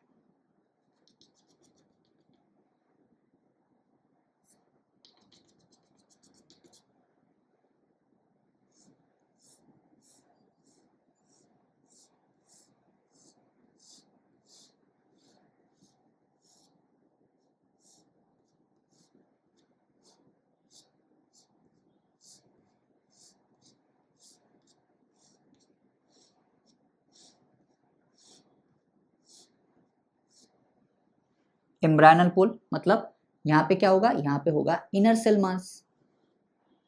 एम्ब्रायनल पोल जो होता है वो अटैच्ड होता है इसके साथ।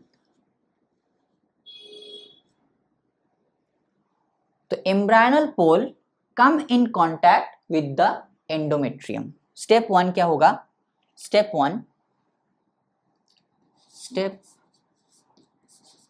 वन में क्या होगा,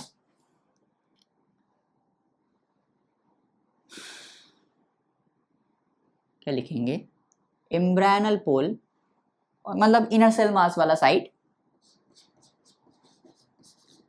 embryonal pole come in contact with endometrium.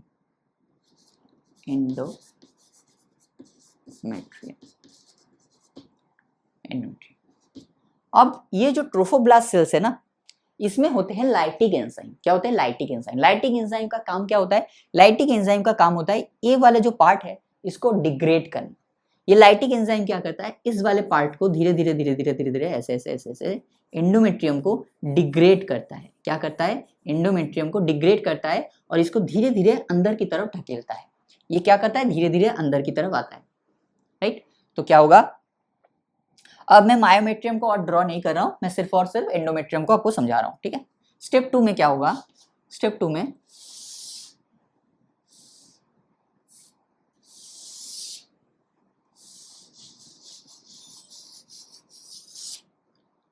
क्या होगा,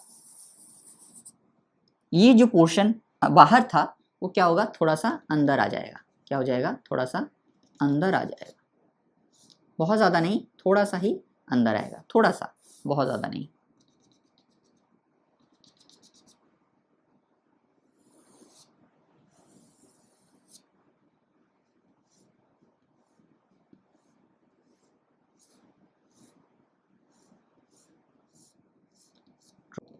और इनर सेल मास, तो ऑब्वियस सी बात है होना ही चाहिए, बिकॉज यही आगे जाके क्या बनाएंगे, यही आगे जाके एम्ब्रायो बनाएंगे। ये क्या होगा, ये हो गया due to the lytic activity, lytic enzyme ने क्या किया, एंडोमेट्रियम को यहां से खत्म किया और ये थोड़ा सा एंडोमेट्रियम के अंदर आ गया। स्टेप 2 में क्या हुआ, स्टेप 2 में क्या लिखेंगे हम लोग,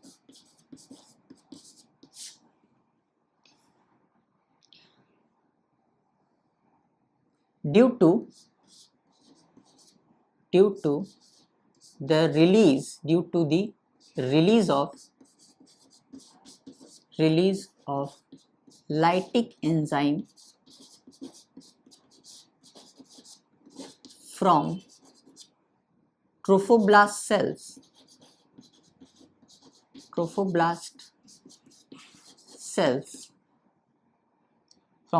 cells, endometrium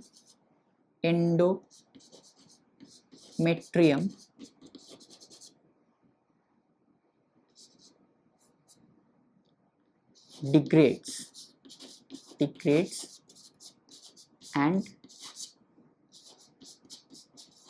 attachment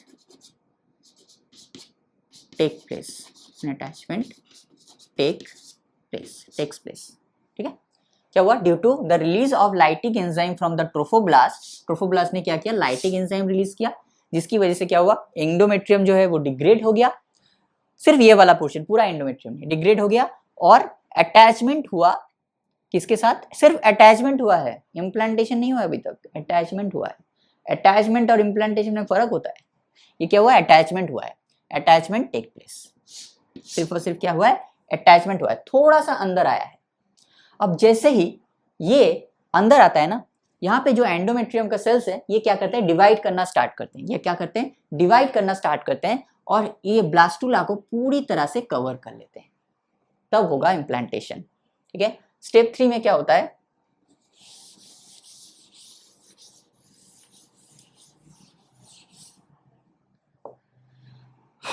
स्टेप 3 में क्या होता है, ये एंडोमेट्रियम है, ठीक है, ये वाला भी एंडोमेट्रियम है। अब क्या हुआ, अब ट्रोफोब्लास्ट सेल तो आ गया अंदर, बहुत ज्यादा अंदर नहीं आया लेकिन आया तो अंदर,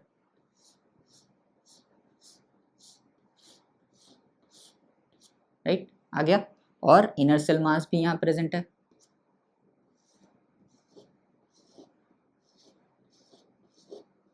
आ गया और एंडोमेट्रियम के सेल्स क्या करते हैं, डिवाइड करना स्टार्ट करते हैं और इसको पूरी तरह से ऐसे कवर कर लेते हैं, पूरी तरह से।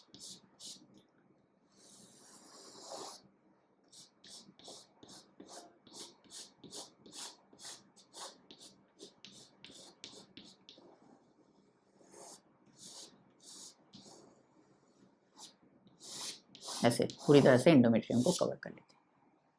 तो क्या लिखेंगे, स्टेप 3 में क्या लिखेंगे, स्टेप 3 में लिखेंगे आफ्टर अटैचमेंट, स्टेप 3 में क्या लिखेंगे, after attachment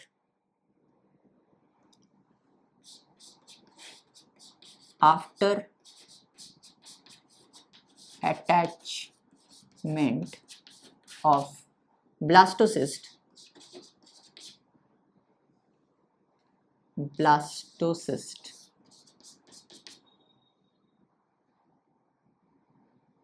cells of endometrium starts dividing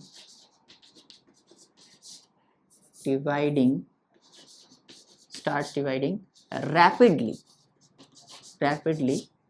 and covers the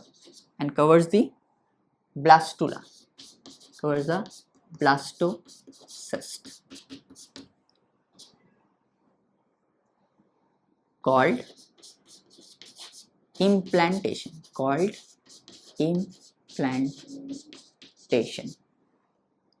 which leads to pregnancy.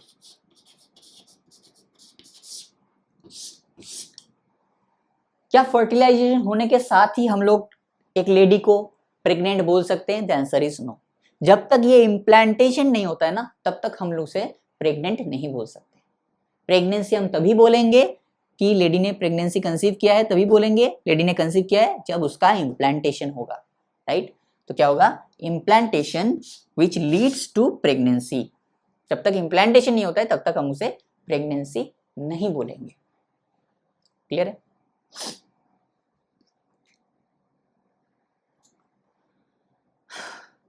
चलो इसी में आपको, इसी ड्राइंग के थ्रू आपको मैं कुछ समझा देता हूं। नहीं, चलो अलग से ही ड्रॉ करते हैं, आपके लिए इतना मेहनत तो हम कर ही सकते हैं। चलो ये क्या है? ये क्या है? ये है हमारा मायोमेट्रियम, राइट। ये वाला पोर्शन भी है मायोमेट्रियम, राइट। और यहाँ पे क्या हुआ? यहाँ पे हुआ हमारा इम्प्लांटेशन। क्या हुआ? हमारा इम्प्लांटेशन हुआ, राइट।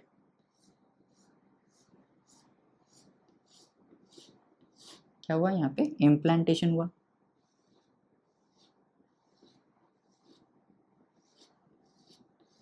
राइट, यहाँ पे इम्प्लांटेशन हुआ। इम्प्लांटेशन के बाद क्या हुआ? रैपिड डिवीजन हुआ और एंडोमेट्रियम ने पूरी तरह से कवर कर लिया किसको? हमारे ब्लास्टोसिस्ट को पूरी तरह से एंडोमेट्रियम ने कवर कर लिया। इस साइड पे क्या है? इस साइड पे यूटेराइन कैविटी। क्या है? Uterine cavity. इस इम्प्लांट, ये क्या है? दिस इज, देखो इसको क्या समझो, इस क्या है? ये है एंडोमेट्रियम। क्या है? Endometrium, right. और एंडोमेट्रियम के साइड में कौन रहता है? ऑब्वियस सी बात है, मायोमेट्रियम। कौन रहेगा? Myometrium, myometrium, right. तो एंडोमेट्रियम के ना दो पार्ट है, दो पार्ट। आफ्टर इम्प्लांटेशन एंडोमेट्रियम को और एंडोमेट्रियम नहीं कहा जाता, इसे कहा जाता है डेसिडुआ। क्या कहा जाता है? डेसिडुआ। तो क्या लिखेंगे? आफ्टर इम्प्लांटेशन, स्टार देके लिखेंगे,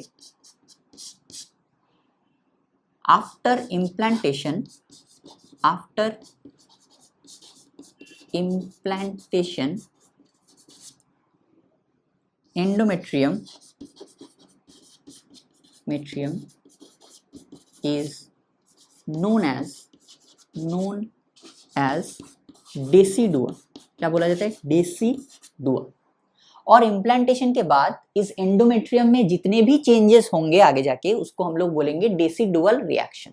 क्या बोलेंगे? All the changes after implantation, all the changes in the endometrium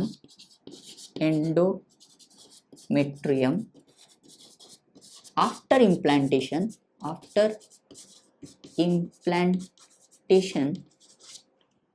is called decidual reaction। क्या बोलेंगे? decidual reaction। जितने भी चेंज होंगे एंडोमेट्रियम को क्या बोलेंगे? डेसिडुआ। एंड जितने भी चेंजेस होंगे उसको बोलेंगे डेसिडुअल रिएक्शन। देखो अब एंडोमेट्रियम के दो पार्ट होते हैं।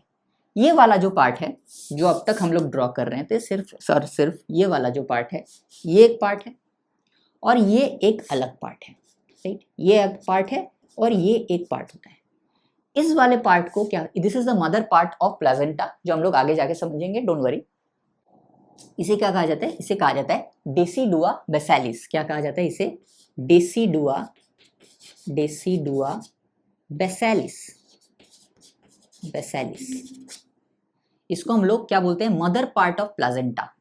विद इन ब्रैकेट लिखेंगे, शायद यहाँ पे जगह होंगे, यहाँ लिख देते हैं मदर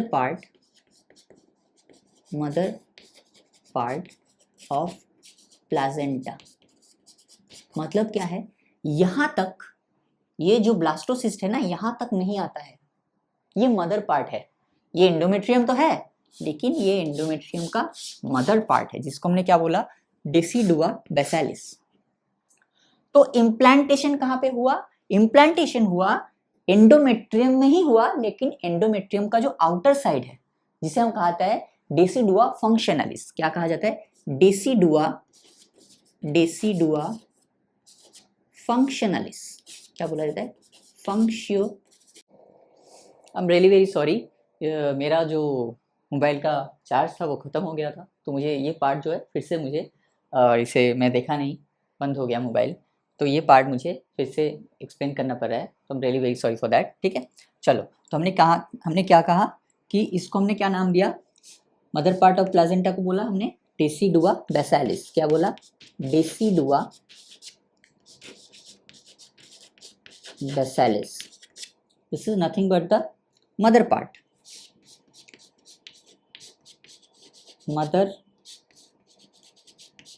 ऑफ प्लाजेंटा, ये हमने बोला, राइट। और इसको हमने क्या बोला, दिस इज डेसिडुआ फंक्शनलिस, क्या है, यह है डेसिडुआ फंक्शनलिस। इसमें क्या होता है, एक मिनट में देख लेता हूँ आ रहा है कि नहीं, हाँ आ रहा है, चलो। डेसिडुआ फंक्शनलिस में क्या होता है, इसी पार्ट में जो है वो होता है इम्प्लांटेशन। जो इम्प्लांटेशन होता है वो कहाँ होता है, वो यही पार्ट में होता है, वो इसी पार्ट में होता है। ठीक है, ये आ गया इनर सेल मास, और ये जो एंडोमेट्रियम है इसने क्या किया, इसने पूरी तरह से जो है वो कवर कर लिया, राइट। तो एंडोमेट्रियम के इस पार्ट को हमने क्या नाम दिया, डेसिडुआ बेसालिस। इस तरफ क्या है, इस तरफ तो हो गया हमारा मायोमेट्रियम, ये क्या है, this is nothing but the myometrium, right. और यहाँ पे क्या है, यहाँ पे है यूटेराइन कैविटी, राइट। और इस तरफ भी एंडोमेट्रियम पार्ट होगा, राइट, ऊपर की तरफ भी एंडोमेट्रियम पार्ट होगा। यूटेरस का स्ट्रक्चर याद करो, राइट। तो हमने क्या किया, this is called decidua basalis, this is called decidua functionalis. अब जो एंडोमेट्रियम का पोर्शन इस पार्ट को कवर करता है, जो इस ब्लास्टोसिस्ट को कवर करके रखता है, इस एंडोमेट्रियम को पार्ट को क्या बोला जाता है, इस पार्ट को बोला जाता है डेसिडुआ कैप्सुलरिस। क्या बोला जाता है, कैप्सुलरिस। जैसे कैप्सूल के अंदर जो है वो दवाई जैसे स्टोर रहता है, कैप्सूल क्या करता है, दवाई को कवर करके रखता है, सेम टू सेम ये जो एंडोमेट्रियम है ये किसको कवर किया है, ये अंदर के जो ब्लास्टोसिस्ट है उसको कवर करके रखा है, तो इसी वजह से इसको बोला जाता है डेसिडुआ कैप्सुलरिस। एक कैप्सूल की तरह इसने कवर करके रखा है ब्लास्टोसिस्ट को, that is why it is known as decidua capsularis. Clear है। और जो पार्ट ना तो इम्प्लांटेशन से कोई नाता है, देखो ये पार्ट, ये भी तो एंडोमेट्रियम है, ना तो इसका इम्प्लांटेशन से कोई नाता है, ना इसका कवरिंग से कोई नाता है, तो इस पार्ट को, इस वाले एंडोमेट्रियम को, इस वाले एंडोमेट्रियम को, इन तीनों एंडोमेट्रियम को क्या बोलेंगे, डेसिडुआ पैराइटलिस, डेसिडुआ पैराइटलिस, डेसिडुआ पैराइटलिस। तो एंडोमेट्रियम को हम लोग ने 4 पार्ट में डिवाइड किया। एक जो मदर पार्ट ऑफ प्लासेंटा है उसको हमने नाम दिया डेसिडुआ बेसालिस, जो उसमें इम्प्लांटेशन होता है उसको हमने बोला डेसिडुआ फंक्शनलिस, जो कवर करके रखता है एंडोमेट्रियम उसको हमने नाम दिया डेसिडुआ कैप्सुलरिस, और जो एंडोमेट्रियम के साथ कोई भी नाता नहीं है, इम्प्लांटेशन के साथ ना ही कवरिंग के साथ, उसको हमने नाम दिया डेसिडुआ पैराइटलिस। अब क्वेश्चन क्या पूछे जाते हैं, क्वेश्चन ये तो एक पूछे जा सकते हैं कि किसका क्या फंक्शन है वो पूछे जा सकते हैं।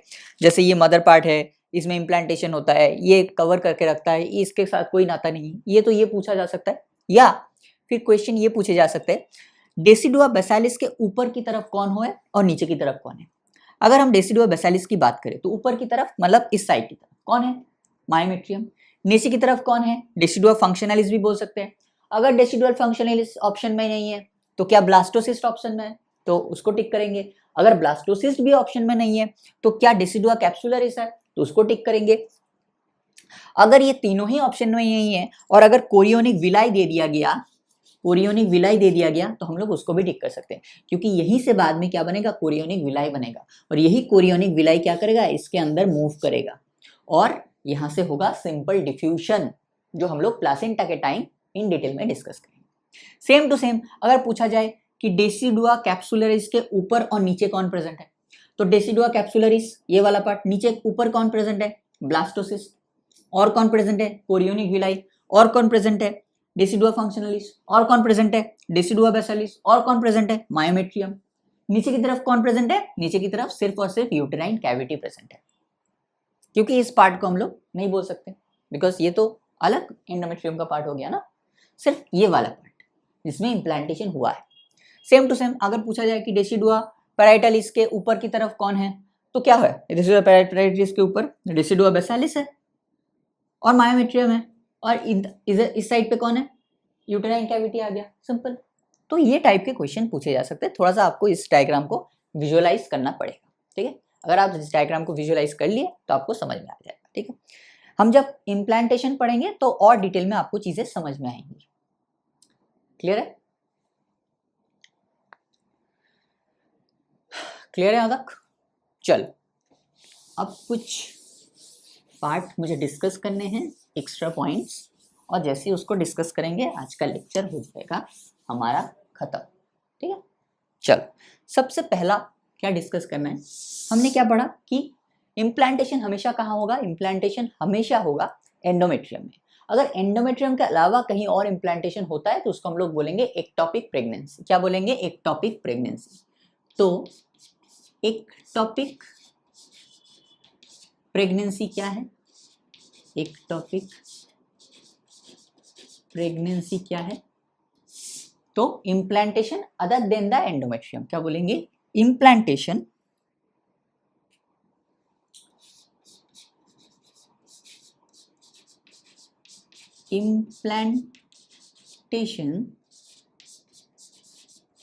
अदर देन एंडोमेट्रियम,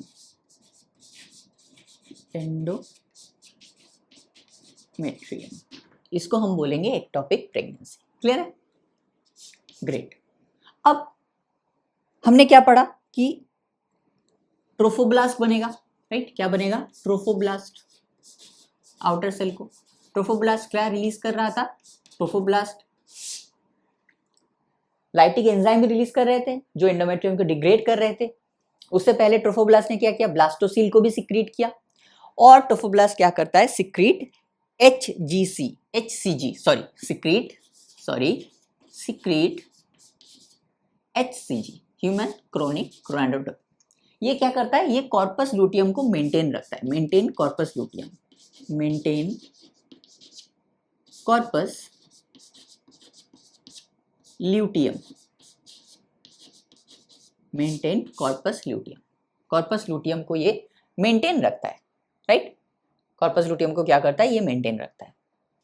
क्लियर यहां तक। हमने क्या पढ़ा था कि जैसे प्रोजेस्टेरॉन का ग्रोथ एक्सेस होगा वो क्या करेगा, नेगेटिव फीडबैक भेजेगा, उससे क्या होगा, LH जो है वो सप्रेस हो जाएगा।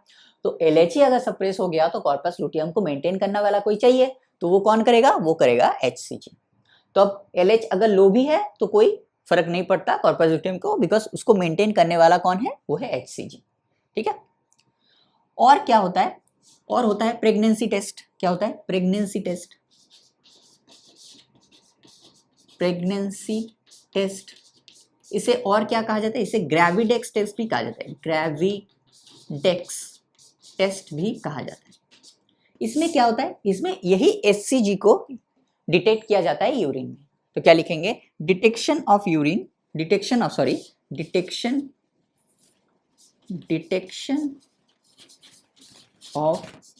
HCG in urine. इसमें क्या होता है, यूरिन को डिटेक्ट किया जाता है यूरिन में, detection of HCG in urine, that is called pregnancy test और ग्रेविडेक्स टेस्ट। क्लियर है। तो एक लेडी प्रेग्नेंट है कि नहीं है वो कैसे पता चलेगा, उसके यूरिन में अगर HCG at a certain amount present है तो वो ही बोला जाएगा कि जी हाँ भाई ये फीमेल जो है वे प्रेग्नेंट है, ठीक है। This is all about pregnancy. और एक चीज आता है that is cervical plug, cervical plug. What is cervical plug, तो होता क्या है, देखो हमने क्या पढ़ा था कि यूटेरस होता है, यूटेरस के बाद कौन आता है? यूटेरस के बाद कौन आता है? यूटेरस के बाद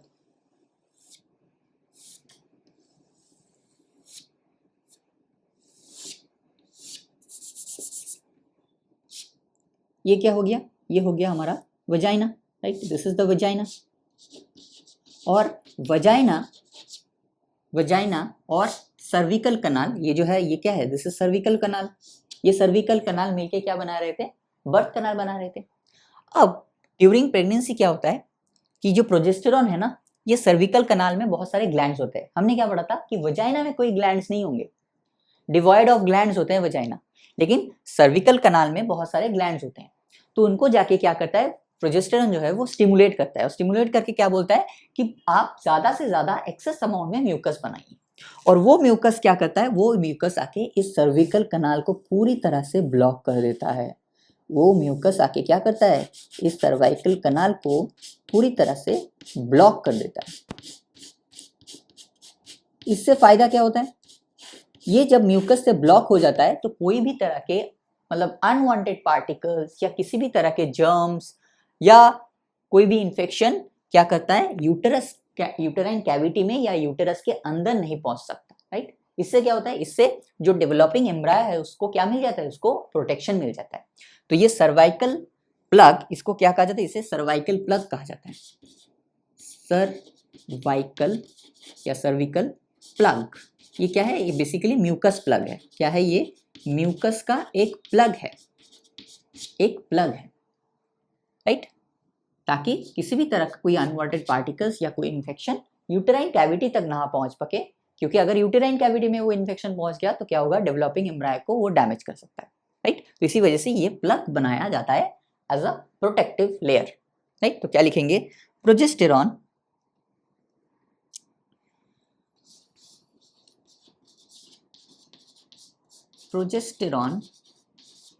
stimulates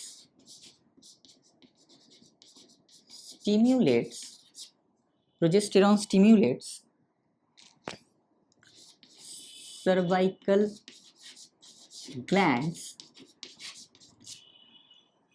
to secrete excess mucus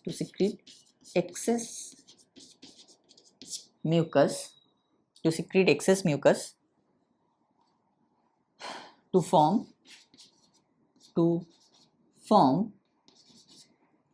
a protective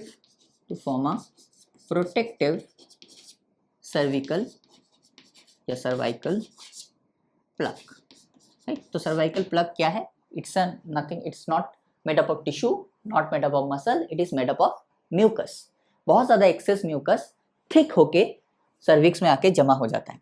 बहुत पहले के ज़माने में जब घर में डिलीवरी होती थी बच्चे की, तो जो दाइमा होती थी वो क्या करती थी? वो इसी सर्वाइकल म्यूकस को देख के बताती थी कि ये जो लेडी है ये प्रेग्नेंट है या नहीं है, राइट? बिकॉज इसमें जो म्यूकस होता है, इन जनरल जो म्यूकस होता है वो उतना ज़्यादा थिक नहीं होता है, राइट? इन जनरल भी म्यूकस निकलता है, हमने ऑलरेडी पढ़ा है लुब्रिकेशन के लिए, लेकिन यहाँ जो म्यूकस निकल रहा है ये बहुत ज़्यादा थिक होता है, राइट? तो इसी थिकनेस को देख के कुछ प्रोसीड्यूर्स थे उनके, उसके बेसिस पे ये बोलते थे कि ये लेडी प्रेग्नेंट है या नहीं है। बहुत पहले के ज़माने की बात कर रहा हूँ मैं। आजकल यूरिन टेस्ट होता है जहाँ पे हम लोग एससीजी को डिटेक्ट कर लेते हैं, right? So this is all about ectopic pregnancy, this is all about trophoblast SCG secret करते हैं। इसी एससीजी से हमको पता चलता है कि वुमन जो है वो लेडी जो है वो प्रेग्नेंट है कि नहीं, और ये एससीजी क्या करता है? कॉर्पस लूटियम को उसके नॉर्मल फंक्शनल लाइफ से ज़्यादा मेंटेन रखता है, ऑलमोस्ट 3 मंथ्स तक। जब तक प्लाजेंटा नहीं बन जाता तब तक क्या करता है? एससी जो है वो कॉर्पस लूटियम को मेंटेन रखता है। एक बार प्लाजेंटा बन गया तो क्या होगा? प्लाजेंटा खुद से ही अपना प्रोजेस्टेरॉन बना लेगा, ठीक है? और फिर हमने पढ़ा सर्वाइकल प्लग के बारे में, जो क्या है? Nothing but the mucus plug. Progesterone stimulate करता है किसे? सर्वाइकल ग्लैंड को। तो ये याद रखना है, ये किसकी वजह से होता है? ये होता है प्रोजेस्टेरॉन की वजह से। किसको स्टिमुलेट करता है? सर्वाइकल ग्लैंड्स को, नॉट वजाइनल ग्लैंड्स, ठीक है? सिक्रीट एक्सेस म्यूकस, एक्सेस थोड़ा बहुत नहीं, बहुत ज्यादा म्यूकस, ताकि एक प्रोटेक्टिव कवरिंग बन सके। इसका काम क्या है? इसका काम है प्रोटेक्शन देना। सो दिस इज ऑल अबाउट आज का lecture and this is all about आज का टॉपिक, ठीक है? तो आज का टॉपिक थोड़ा सा कॉम्प्लिकेटेड था, तो मैंने कोशिश किया, मतलब पूरा का पूरा एम्ब्रियोनिक डेवलपमेंट थोड़ा सा कॉम्प्लिकेटेड है, जैसे जैसे हम आगे बढ़ते जाएंगे वैसे वैसे थोड़ा सा कॉम्प्लिकेशन बढ़ता जाएगा, लेकिन मैं पूरी कोशिश करूंगा जितने आराम से हो सके, जैसे कि मैंने आज पढ़ा है, जितने आराम से हो सकता था मुझसे उतने आराम से, उतना आराम से चीज़ों को सिंप्लीफाई करके मैंने आपको डिलीवर करने की कोशिश किया है। तो आई होप कि मेरा जो ये एफर्ट है, ये मेरा जो कोशिश है, ये आपको अच्छा लग जाए। ठीक है, इसी उम्मीद के साथ आज का लेक्चर मैं यहाँ पे ख़त्म करता हूँ। तो फिर मिलेंगे कल बोर्ड वर्क में, तब तक के लिए wish you all the very best and bye.